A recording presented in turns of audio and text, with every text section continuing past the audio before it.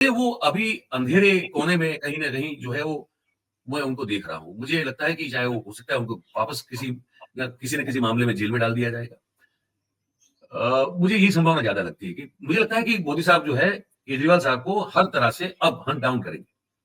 वो पूरी तरह से हाँ, पूरी तरह से उनकी पॉलिटिकल एक्जिस्टेंस को खत्म करने की कोशिश करेंगे। मैं कह रहा हूँ केजरीवाल साहब, अब मैं पार्टी की बात नहीं कर रहा हूँ, मैं केजरीवाल साहब की बात कर रहा हूँ। आम आदमी पार्टी जहाँ तक सवाल है धवल भाई, मुझे लगता है कि पार्टी तो सर्वाइव करेगी, पार्टी शायद बच जाएगी, पार्टी खत्म नहीं होगी। लेकिन केजरीवाल साहब जो है, वो कितने उनका पॉलिटिकल एक्जिस्टेंस कितना सुरक्षित रहेगा, वो एक सवाल हमारे मन में सहज रूप से होना चाहिए, जैसे कि हम नरेंद्र भाई और अमित शाह की राजनीति को समझते हैं। साथियों नमस्कार। इस वक्त सबसे बड़ी खबर यह है कि दिल्ली में आम आदमी पार्टी चुनाव हार चुकी है। बीजेपी का जीतना उतनी बड़ी खबर नहीं है जितना आम आदमी पार्टी का हार जाना बड़ी खबर है।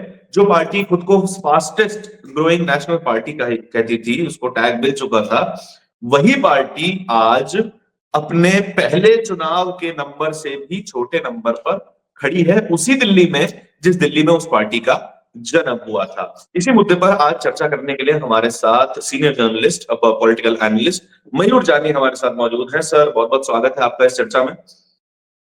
और पहला सवाल तो यही है सर कि जो कौतूहल मचा हुआ है कि अरविंद केजरीवाल की राजनीति अब समाप्त हो गई है, कितना दम है इस बात में? दृढ़ भाई नमस्कार, आपको और हमारे सभी दर्शकों को भी नमस्कार। ये सवाल बनता है, वाजिब है सवाल। इस सवाल का उठना वाजिब है और वो केजरीवाल साहब के लिए उठना बड़ा वाजिब इसलिए है क्योंकि केजरीवाल साहब ने खुद इस सवाल को पैदा किया चुनाव के दौरान, है ना? उन्होंने दिल्ली की जनता को कहा कि अगर आप मुझे जेल जाते हुए वापस नहीं देखना चाहते हैं तो आप मुझे जिता दीजिए। ये भूमिका उन्होंने बनाई। ये इसकी जरूरत थी नहीं, इस बात की जरूरत नहीं थी। ये कहने की भी जरूरत नहीं थी कि मुझे हराने के लिए नरेंद्र मोदी साहब को दूसरा जन्म लेना पड़ेगा। ये क्यों भूल जा रहे हैं कि ये सब जो डायलॉग है उनकी पेटेंट मोदी साहब के पास है। हम्म। वो वो केजरीवाल साहब उसमें अभी जूनियर है, मोदी साहब इसमें सीनियर है। ये जो सलीम जावेद साहब के लिखे हुए डायलॉग बार-बार जो प्रस्तुत किए जाते हैं, वो मोदी साहब की पेटेंट है उसमें। कि खून का कतरा-कतरा बहा दूँगा, है ना?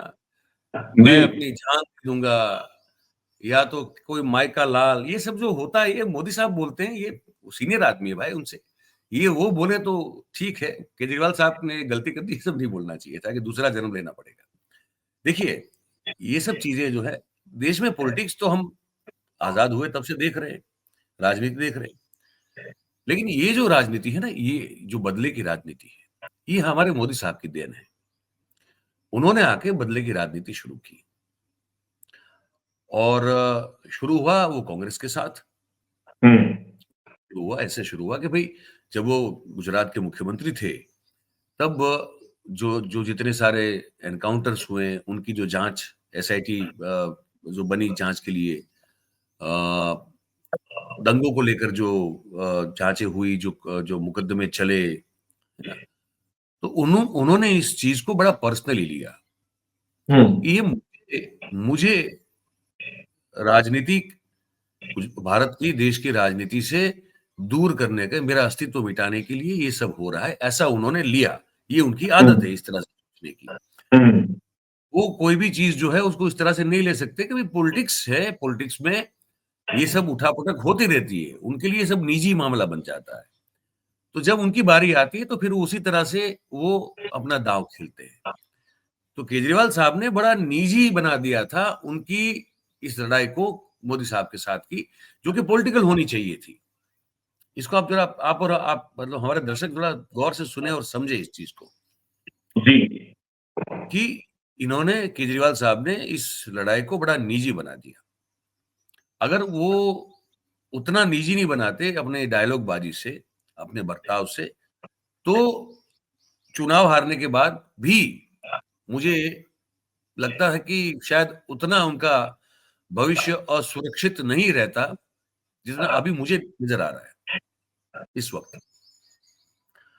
आम आदमी पार्टी जहां तक सवाल है धरन भाई, मुझे लगता है कि पार्टी तो सरवाइव करेगी, पार्टी शायद बच जाएगी, पार्टी खत्म नहीं होगी।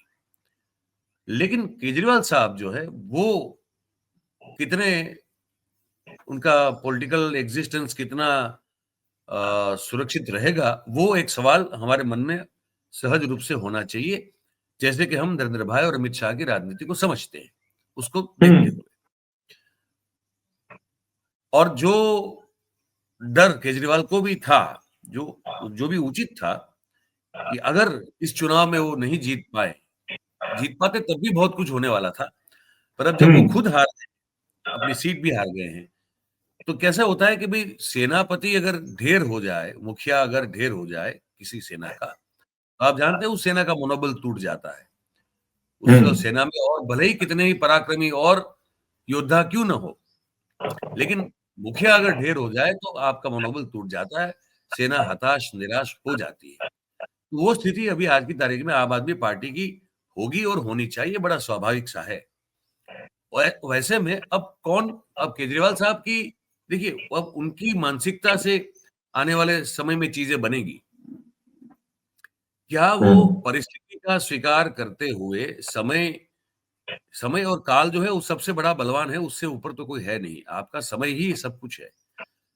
क्या वो समय की अभी की जो स्थिति है उसको स्वीकार करते हुए किसी और को आगे बढ़ाकर खुद थोड़े समय के लिए नेपथ्य में रहने की सोच रखेंगे? अपना जो एग्रेशन है या वो सब जो बता चुके हैं, दिखा चुके हैं, क्या उसको बिल्कुल एक तरह से सीमित रखते हुए थोड़ा एक कोना पकड़ना पसंद करेंगे, या फिर वो और ताकत लगा के, है ना, वो इनसे लड़ने की कोशिश करेंगे? ये समझने वाली बात है। वो जो रुख लेंगे, उस पर उनका भविष्य मेरे मेरे ख्याल से आधारित है।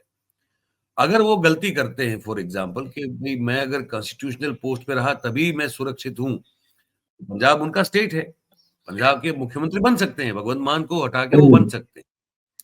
ये है, ये बनने के लिए ये हो सकता है, होने के लिए हो सकता है, ठीक है। जी। पर वो करेंगे तो फिर और जो है वो लड़ाई तेज होगी, और वो हार उनमें वहां पे उस मामले में भी हार उनकी होना ज्यादा संभव है। वो उनको चेज किया जाएगा, वहां भी उनको हंट किया जाएगा, और हो सकता है कि उनकी सरकार वहां पे गिरा दी जाए, जो कि अभी चल रही है, अभी वहां पे है। तो हाँ, हो सकता है कि वहां गिरा दी जाए सरकार उनकी, अगर कुछ ऐसा कोई स्टेप लिया। हालांकि वो कुछ ऐसा स्टेप न ले तब भी वहां की सरकार गिराने की संभावना है, गिर सकती है। लेकिन वहां एक ही प्रॉब्लम है तरुण भाई, कि वहां के लोग बीजेपी को पसंद नहीं करते, बीजेपी जानती है। वहां के लोग नरेंद्र मोदी साहब को पसंद नहीं करते, नरेंद्र मोदी साहब जानते हैं। तो वहां उठा पटक करके उनकी खुद की सरकार तो वो बनाने से रहे, वो गलती वो नहीं करेंगे, है ना। वहां फिर विद्रोह हो सकता है उस स्टेट में पूरे, क्योंकि किसान तो बैठे हैं सर दिल्ली की, जी। है ना। तो पंजाब में उनके लिए, आम आदमी पार्टी के लिए अभी सिर्फ एक ही चीज से जो है वो सेफ बने हुए हैं, सुरक्षित रहे हैं, कि वहां के लोग बीजेपी की उठापटक सहन नहीं कर पाएंगे, और किसी भी सूरत में बीजेपी को सत्ता में बैठे हुए, या तो बीजेपी समर्थित किसी को, पार्टी को सत्ता में बैठे हुए देख नहीं पाएंगे। तो इसलिए अभी तक वो बचे हुए हैं। तो शायद इस चीज का फायदा लेने की केजरीवाल कोशिश करे।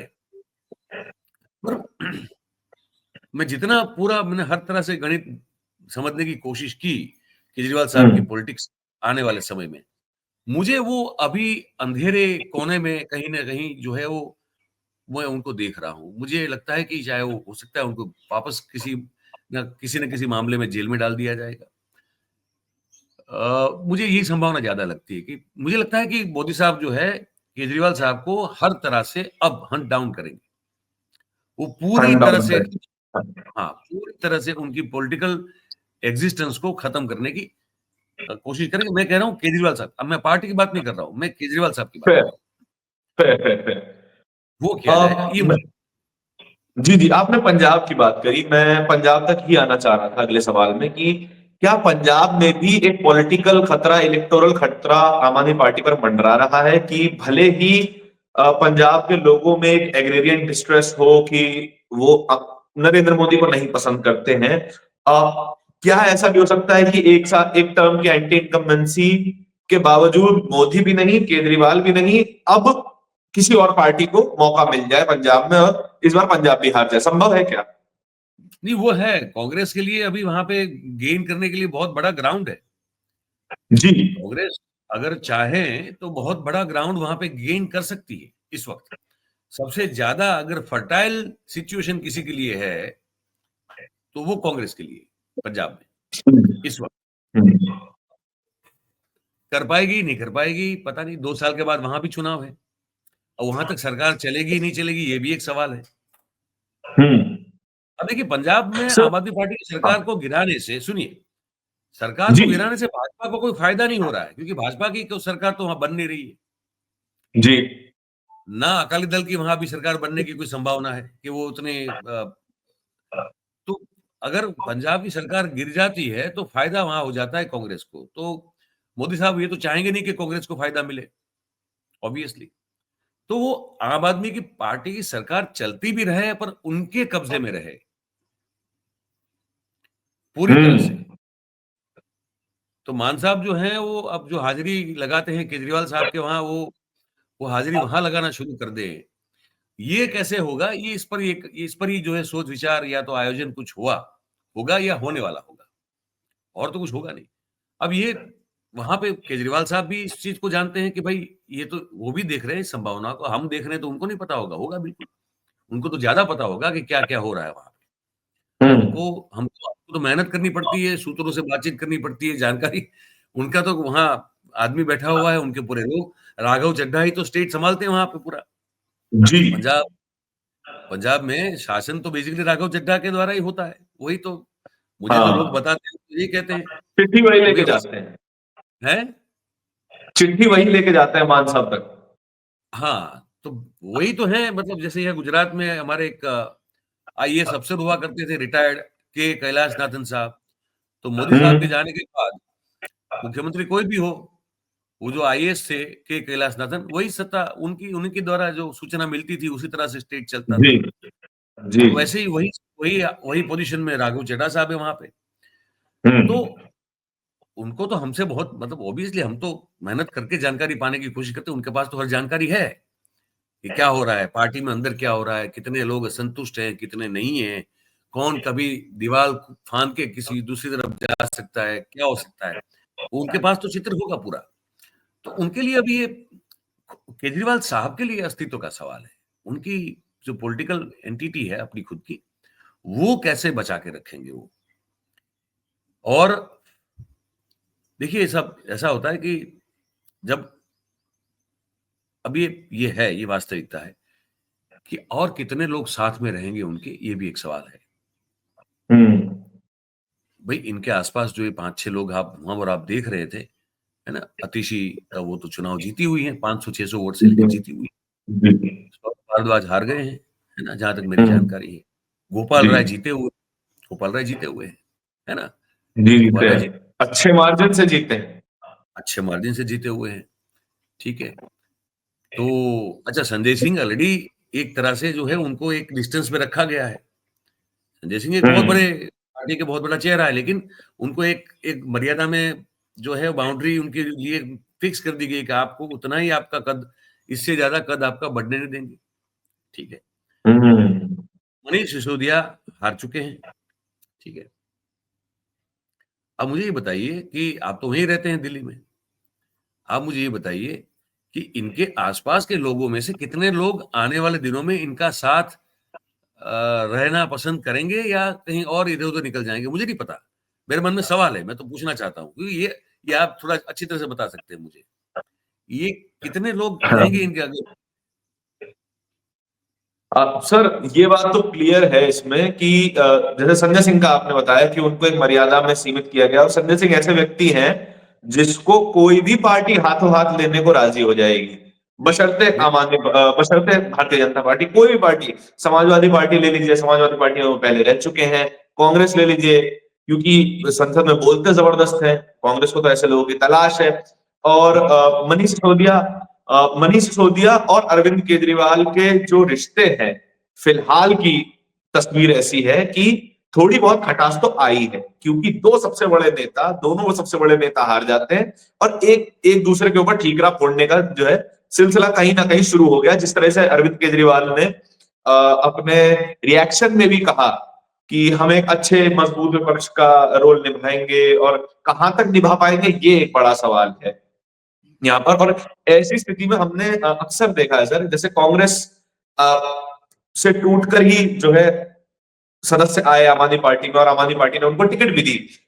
ये सबसे बड़ा फैक्टर होगा कि क्या ये लोग वापस नहीं जा सकते हैं, क्या क्या उनके दरवाजे बंद हो गए हैं। तो ये दो तीन चीजें हैं जो कि मैं समझ पा रहा हूं जहां तक दिल्ली में। सर पंजाब भी मैं घूमा, और पंजाब में भी लोकसभा चुनाव मैंने कवर किया था पंजाब में, तो वहां के भी लोकल लोगों में काफी असंतोष है, क्योंकि पंजाब वैसा स्टेट नहीं है जैसा दिल्ली है। दिल्ली के पास अपने खर्चे नहीं है, पंजाब के पास अपने बहुत खर्चे हैं, और उसमें वो वादे पूरे नहीं कर पाए जो उन्होंने करे वादे। तो ये इलेक्टोरल डिफीट वहां पे मिलने की बहुत बड़ी संभावना है। सर अगला सवाल तो मैं गुजरात की तरफ से शुरू करूंगा। कहा जाता है कि इस चुनाव के नतीजों के बाद कि जो आम आदमी पार्टी ने कांग्रेस के साथ गुजरात में किया, हरियाणा में किया, वही जो है रवैया कांग्रेस का दिल्ली में आम आदमी पार्टी की तरफ रहा। आप क्या कहेंगे इस पे? मुस्कान बहुत कुछ बता रही है। अरे भाई देखिए देखिए ये मैं एक चीज बड़ी क्लियर सबके मैं अपने सभी कार्यक्रम में एक बात को बड़ा क्लियरली कहता हूं, वो ये है, ये सब ऑप्टिक्स हैं। हम्म। ऑप्टिक्स है ये। आम आदमी पार्टी, भाई देखिए केजरीवाल साहब की पॉलिटिकल कैरेक्टर पर मुझे हमेशा डाउट क्यों रहा, हमेशा इसलिए हम्म। इसलिए था कि वो भी अपनी सहूलियत की पॉलिटिक्स करते रहे शरद पवार की तरह। ठीक हम्म। है, वो ठीक है, दिल्ली में पैदा हुई पार्टी, दिल्ली में लड़ी, दिल्ली में जीती, 2 टर्म रही बहुत बढ़िया से, वो सब सही है। लेकिन कहीं न कहीं आम आदमी पार्टी ने देश में 10 सालों में प्रदेशों के चुनाव में एक किरदार निभाया जहां भाजपा को फायदा हो। आप जान रहे हैं मेरी बात, समझ रहे हैं। चाहे वो गोवा की बात करें, गोवा गोवा तक जहाँ मतलब वहां क्या है आपका? आपका कहाँ कुछ है नहीं भाई आपका। जी। आपका आपका जो इंडिया अगेंस्ट करप्शन का जो एक बहुत मजबूत संगठन महाराष्ट्र में बना था, मयंक गांधी को जानते हैं आप? मयंक नहीं गांधी नहीं, एक मुझे बहुत अच्छा उनके बारे में जानकारी है। हाँ, बताऊँ आपको। मयंक गांधी एक बहुत मतलब सामाजिक स्तर पर बहुत बड़ा और बहुत ही मजबूत काम करने वाले एक व्यक्ति हैं, आज भी हैं, बहुत अच्छा काम करते हैं। हम्म।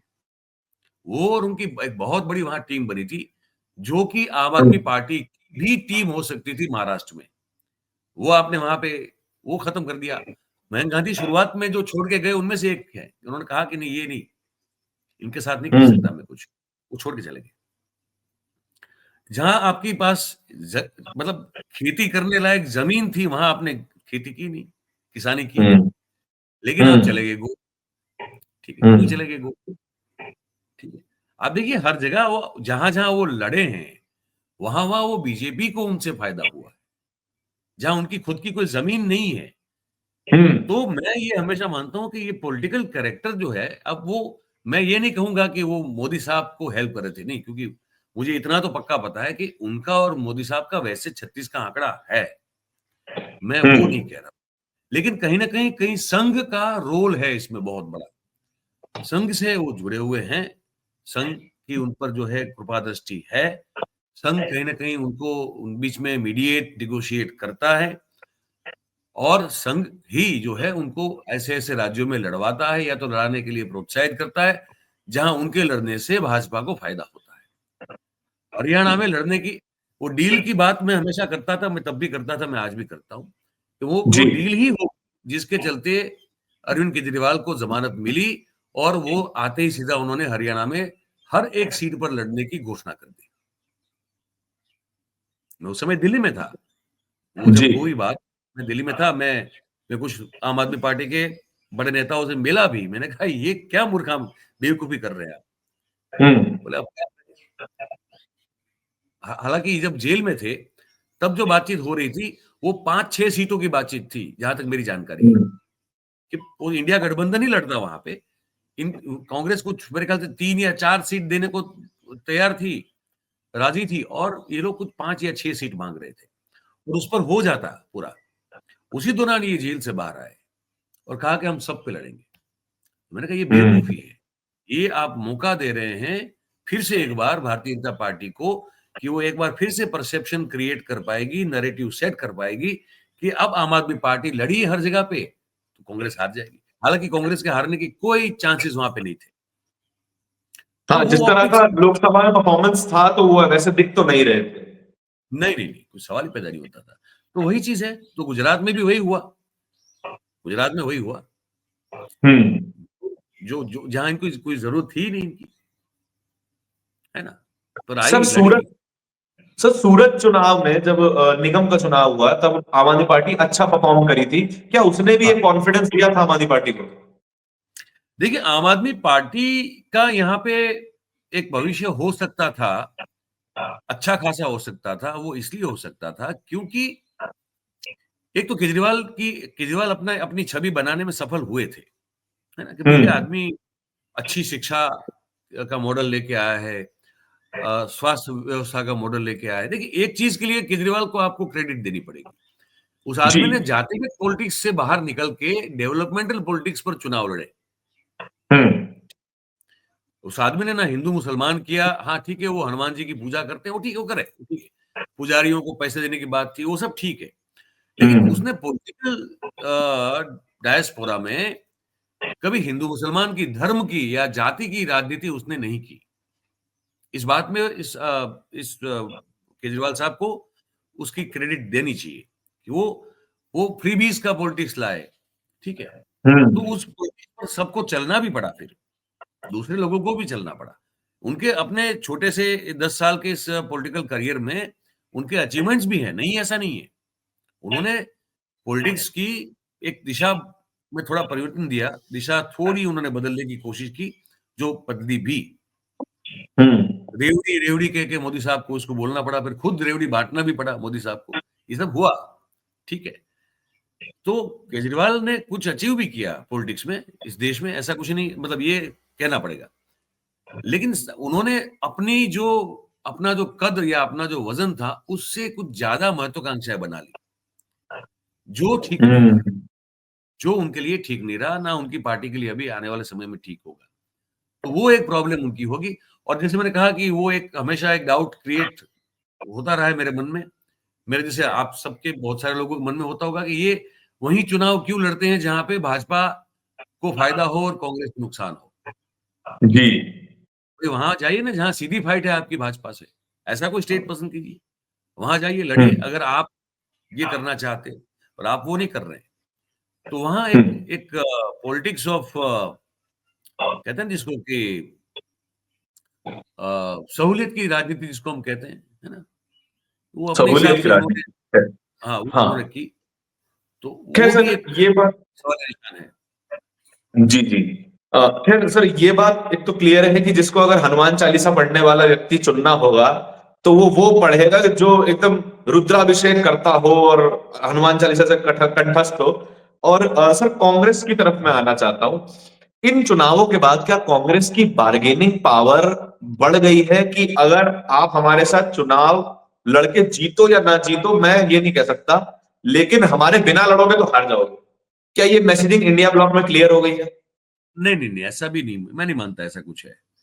देखिए वो अच्छा। आप, हाँ इसलिए क्योंकि आप अगर यूपी में जाएंगे चुनाव लड़ेंगे तो आपकी बार्गेनिंग पावर नहीं है, वहां अखिलेश की ही है। हम्म। आपको, you can not bargain with Akhilesh the way you लेकिन वांट। अखिलेश से तो डोमिनेट हो जाते हैं ना वो लोग। वो होना पड़ेगा, इसलिए कह रहा हूं, अगर आप बंगाल हम्म। में जाए तो बंगाल में ममता आपको डोमिनेट करेगी, हम्म। सीधी सी बात है। हाँ, महाराष्ट्र में आपकी पावर थोड़ी बढ़ सकती है, ठीक है, महाराष्ट्र में आपकी बढ़ सकती है। राजस्थान में वैसे कोई है ही नहीं, तो वहां तो और कोई किसी पार्टी का मतलब नहीं है कहीं। मध्य खैर। प्रदेश में भी वही है और कोई है नहीं बेसिकली, तो मध्य प्रदेश में कोई फर्क नहीं पड़ता है।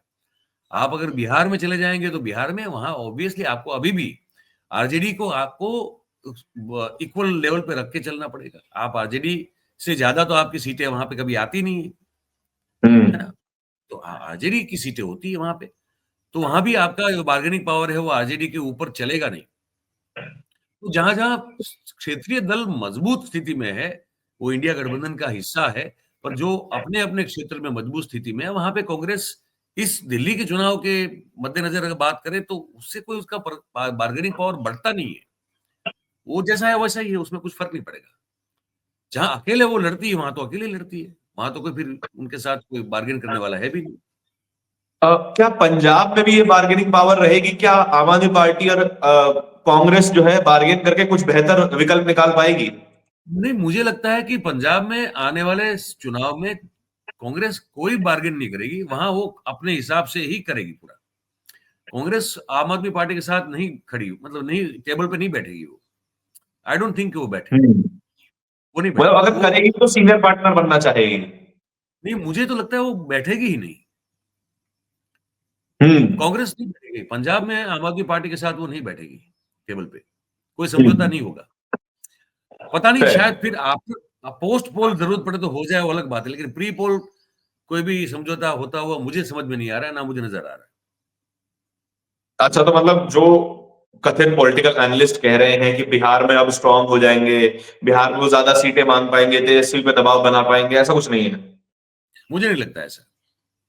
वहां ठीक क्या है। फर्क पड़ेगा? वहां क्या भाई, यहाँ वहां तो आरजेडी ही स्ट्रांग है ना, अब तक अभी स्ट्रांग है कांग्रेस से, single largest party. Single largest party हो। तो वहां आप हम्म। किस तरह से दबाव बनाओगे, किस आधार पर दबाव बनाओगे? Fair. हाँ, तो दर्शकों, फिलहाल तो यही स्थिति है कि अरविंद केजरीवाल पशुपेश में फंसे हुए हैं। और जी सर। अब जैसा कि जानी सर ने बताया कि अगर वे एक स्टेप बैक लेकर एक अपनी राजनीति को रिकंस्ट्रक्ट करके वापस नहीं आए तो उनके राजनीति पर खतरा मंडरा सकता है। बहुत व्यक्तिगत उनकी बहुत उनकी जी जी व्यक्तिगत जी बात कर रहा हूँ। हाँ, बिल्कुल। जी, पार्टी की नहीं, व्यक्तिगत राजनीति की बात है कि आम आदमी पार्टी एग्जिस्ट करेगी। अरविंद केजरीवाल कितने मजबूत राजनेता बचेंगे, ये देखने वाली बात है। सर, एक और चीज, मैं आखिरी सवाल एक और ले लेता हूं। जैसे आपने शरद पवार का एग्जाम्पल लिया था कि सहूलियत की राजनीति करते हैं। शरद पवार हार के भी स्ट्रांग दिखाई देते हैं, लेकिन अरविंद केजरीवाल हार के उतने स्ट्रांग नहीं दिखाई दे रहे। क्योंकि शरद पवार, जैसे मैंने कहा कि पहले से ही सहूलियत की राजनीति इस तरह से कर रहे हैं कि वो हमेशा सत्ता के इर्द गिर्द ही होते हैं। जी। आप देख लीजिए उनकी पॉलिटिकल हिस्ट्री पूरी, ठीक है। केजरीवाल साहब है ना, इसलिए कहा हर मामले में बहुत जूनियर है। हालांकि बहुत सारे, जैसे मैंने उनको क्रेडिट दी कि बहुत सारे उनके खाते में जमा जमा खाते में बहुत सारी चीजें जाती हैं 10 साल के करियर में, लेकिन वो बिल्कुल। काफी नहीं है। वो काफी नहीं है इसलिए क्योंकि अगर लंबा चलना है राजनीति में आपको, तो कुछ चीजें आपको इनकलकेट करनी पड़ेगी, है ना, अपने आप में जोड़नी पड़ेगी, जो शरद पवार साहब में पहले से है कि हम्म। जब जरूरत पड़े तो कैसे झुका जाए, फिर कैसे खड़ा हुआ जाए, फिर कैसे झुका जाए, ये वो जानते हैं, उसके मास्टर हैं वो। बिल्कुल। केजरीवाल साहब ने वो अड़ियल वाली छवि बनाई है कि वो पुष्पा वाली के झुकेगा नहीं साला, ये वाला मामला है, ठीक है। तो हाँ। वो जो छवि बनाई है मोदी साहब की भी, देखिए मोदी साहब कभी नेता विपक्ष की पोजीशन में बैठ ही नहीं सकते। आप समझ रहे हैं, जब हाँ। जब भी ये हुआ, वो नेता विपक्ष की पोजीशन में बैठ नहीं सकते हैं भाई साहब। ये परसेप्शन उन्होंने वो क्रिएट किया अपने बारे में, नैरेटिव वो सेट किया हुआ है, ऑप्टिक्स वो बनाया हुआ है कि वो है तो वो प्रधानमंत्री ही है बस, और कुछ हो ही नहीं सकता है वो आदमी। तो इसने भी परसेप्शन ये बनाया है केजरीवाल साहब ने कि मैं मुख्यमंत्री से तो नीचे हो ही नहीं सकता। हम्म। वो तो ब्रांडिंग वहां इतनी बड़ी हो गई है। हम्म। तो वो अपने ही इमेज के शिकार हो गए। जैसे बच्चन साहब थे, वो उनको हम्म। वो अच्छे भी करते थे, वो सब वो बाद में पता चला, पर 70 का दशक तो पूरा मजबूरन उनको एंग्री यंग में नहीं रहना पड़ा। वो 20-25 को घूसा लात ठोक ठोक के जो है ठीक करते रहे, बेचारे और भी बहुत जी। कुछ कर सकते थे, लेकिन मजबूरन हाँ। वो बीच पड़ा कि बाप बाप से दुश्मनी और माँ बेचारी, ये वही सब करना पड़ा क्योंकि वो इमेज के अंदर वो बंध गए थे। इमेज हम्म। आपको, टाइप हाँ, कास्टिंग। ये भी एक चक्कर रहता है, क्या करें। केजरीवाल साहब के खैर, लिए भी ये है। राजनीति। अब वो कैसे इस चीज को ठीक करते हैं अपने लिए, वो देखना होगा। मैच्योर, और उनको बहुत कुछ होना है जीवन में, अपने पॉलिटिकल लाइफ में। वो कैसे हो पाते हैं, वो समझना होगा कि क्या वो एक एडॉप्शन कर पाते हैं अपने हार के बाद, जो चीजें उनके जीवन में इनकी इनकी लाइफस्टाइल इन द सेंस कि जो पॉलिटिकल लाइफस्टाइल है उसमें वो ऐड कर पाते हैं, कुछ चीजें दुरुस्त कर पाते हैं। वो कर पाएंगे तो उनके लिए ठीक है, नहीं कर पाएंगे तो बड़ी तकलीफ है उनके लिए, ये कह रहा हूँ मैं। ठीक है, पॉलिटिक्स और एक्टिंग में टाइपकास्ट हो जाना बड़ा डिफिकल्ट होता हाँ, है, उससे बाहर ये निकलना। हो जाता है, नहीं ये हो हाँ, जाता है, देखिए नहीं नहीं, ये पत्रकारिता में हो जाता है। अच्छा, हाँ हाँ भाई, मैं जी अपनी बात सर, बता दूं, कैसे ठीक बचे है। ये भी बताएं सर। मैं, अरे भाई साहब, मैं उस तरह से टाइप कास्टेड हूँ और मैं पहले से हूँ। हम्म। अब कोई तो तैयार नहीं होता कि, अब मैं एक एग्जांपल देता हूँ आपको, बड़ा फनी है पूरा मामला। ये 2002 की बात कर रहा हूँ मैं। तो तभी तो मुझे पत्रकारिता में आए 5 साल हुए थे, 6 साल, 5-6 साल हुए थे। हम्म। हम्म। वेरी फ्रेश एंड यंग, 5-6 साल का एक्सपीरियंस तो कुछ, मैं तो मानता ही नहीं था कि कुछ होता है, मतलब मैं 98 में आया जर्नलिज्म में, ठीक है। जी। 2002 में हम लोग ईटीवी गुजराती में हैदराबाद गए थे। हम्म। 2002 साल ही थी जब दंगे हुए, ये सब हुआ, आप सब जानते हैं पूरे गुजरात को लेकर। तो ईटीवी गुजराती में हम थे। तो हम्म।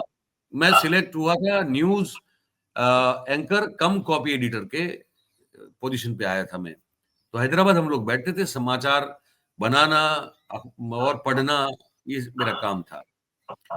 और उसके साथ-साथ वहाँ पे एक कल्चरल प्रोग्राम चलता था, हेलो इंडिया नाम से। हेलो इंडिया हर एक अच्छा। भाषा में, जो सुरभि आता था उसी तर्ज पे था वो, सुरभि की तर्ज पे था वो। ठीक है। अगर वो प्रोग्राम आप कर लें तो 300 रुपए एक्स्ट्रा मिलते थे पर डे के हम्म। उस समय। वो 300 रुपए मुझे चाहिए थे एक्स्ट्रा।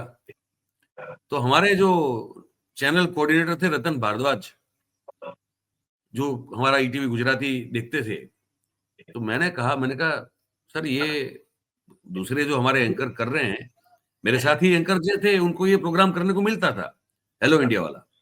तो मैंने कहा सर मुझे भी मौका दे तो मैं भी थोड़ा पैसा एक्स्ट्रा कमा पाऊँ। और मुझे आज भी याद है उन्होंने मुझे ये कहा, ये टाइपकास्ट वाला मामला साला पहले से पता नहीं क्या करे इसका, और ये हम्म। बहुत तकलीफ हम्म। होता है। तो वो कह रहे हैं कि तुम क्यों ये करोगे, ये तो कल्चरल प्रोग्राम है। मैंने कहा हाँ सर, अब ये भी कर रहा है, वो भी कर रहा है, तो मुझे भी मौका दे हम्म। तो मैं भी extra, I can earn extra also. बोलते नहीं, बोले तू मेरा रैम्बो है। मैंने कहा क्या? बोले तू रैम्बो है मेरा।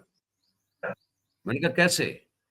कहता है तू अगर तू खबर पढ़ देगा ना कि ये रोड पे ये हो गया, रोड रेज हो गया और 4 लोग की जान चली गई, लोग क्रॉस चेक नहीं करेंगे, मान लेंगे। तू तू बोलेगा तो मान लेंगे। बोले वो अगर बोलेगा, जो दूसरा था हमारा साथी एंकर, बोले वो बोलेगा तो उस पर डाउट होगा कि ये हुआ होगा, नहीं हुआ होगा। बोले हम्म। तेरा प्रेजेंटेशन ऐसा है कि तू बोलेगा मान लेंगे लोग। तो मैंने कहा ये मेरी गलती तो नहीं है। ये सर मैं टैलेंट है ना, सर टाइपकास्ट भी करवाइए। मैंने कहा सर ये मेरी गलती नहीं है। मैं खबर कोई झूठी पढ़ता नहीं कभी। पर उसके साथ-साथ मैं ये हम्म। कल्चरल प्रोग्राम भी कर सकता हूँ, मुझे मौका दे। बोले नहीं, वो ये तू क्या करेगा cultural, you don't suit to that programme, तू उसमें सूट नहीं करेगा।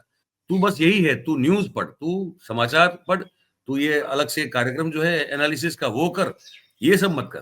भाई साहब मैंने 50 बार कोशिश की है कि मैं इसके साथ-साथ कुछ और करूँ, मेरी अपनी कुछ और अपने एस्पेक्ट्स हैं। मैं साहित्य का भी आदमी हूँ, जी। मैं पर मैं नहीं कर पाता, क्यों? तो एक छवि बनी हुई है पहले से कि ये हार्डकोर हार्डकोर जर्नलिस्ट है, ये पॉलिटिकल इन्वेस्टिगेशन, क्रिमिनल इन्वेस्टिगेशन और यही सब करता है, यही करेगा और इसी में चलेगा। मैं कुछ और करने जाऊँ, भाई साहब नहीं देखते लोग। मैं कश्मीर गया था, मैंने ट्रैवलॉग्स बनाए, मैं गया था घूमने, मैंने कहा लोगों के लिए मैं जहाँ जा रहा जी। हूँ, मैं दिखाऊँ। तो भाई साहब वहाँ पे आ रहे हैं, 2,000 लोग, 3,000 लोग, 4,000 लोग आके चले जा रहे हैं और बाकी सबको किसी को रुचि नहीं है। बोले मयूर जानी ये करेगा तो हम्म। ठीक नहीं। उसको बस पॉलिटिक्स की बातें करनी चाहिए, उसको इन्वेस्टिगेशन करना चाहिए, क्राइम की स्टोरी करनी, तो वो टाइपकास्ट हो चुका है, तो क्या करें? तो वो सिर्फ पॉलिटिशियन के लिए नहीं है, ये फ़िल्म के एक्टरों के हम्म। लिए नहीं, जैसे पत्रकारों के लिए भी होता है ये। और कुछ बिल्कुल। करो तो और लोग एक्सेप्ट नहीं बड़ा करते। बड़ा कष्टकारी होता है कि आप एक ही रिदम पर सितार बजाते चले जाएं तो आप एक टाइम पे आके मोनोटोनस हो जाएंगे और आपका क्राफ्ट आगे डेवलप नहीं कर पाता है। वैसा ही पॉलिटिक्स के लिए है कि पॉलिटिक्स इज अ क्राफ्ट, जिसमें नरेंद्र मोदी माहिर है, जिसमें अरविंद केजरीवाल माहिर है और तमाम देश के नेता माहिर हैं और अपने अपने सेट पैटर्न पे वो खेल रहे हैं। कब तक मोनोटोनस हो जाते हैं ये देखने वाली बात है। और इस पूरी चर्चा में शामिल होने के लिए सीनियर जर्नलिस्ट मयूर जानी सर, आपका बहुत बहुत धन्यवाद। और इस तरह की चर्चाएं देखते रहने के लिए बोलता हिंदुस्तान को सब्सक्राइब कीजिए, मयूर जानी ऑफिशियल यूट्यूब चैनल को सब्सक्राइब कीजिए और जुड़े रहिए हमारे साथ। बहुत बहुत धन्यवाद सर, बहुत बहुत धन्यवाद।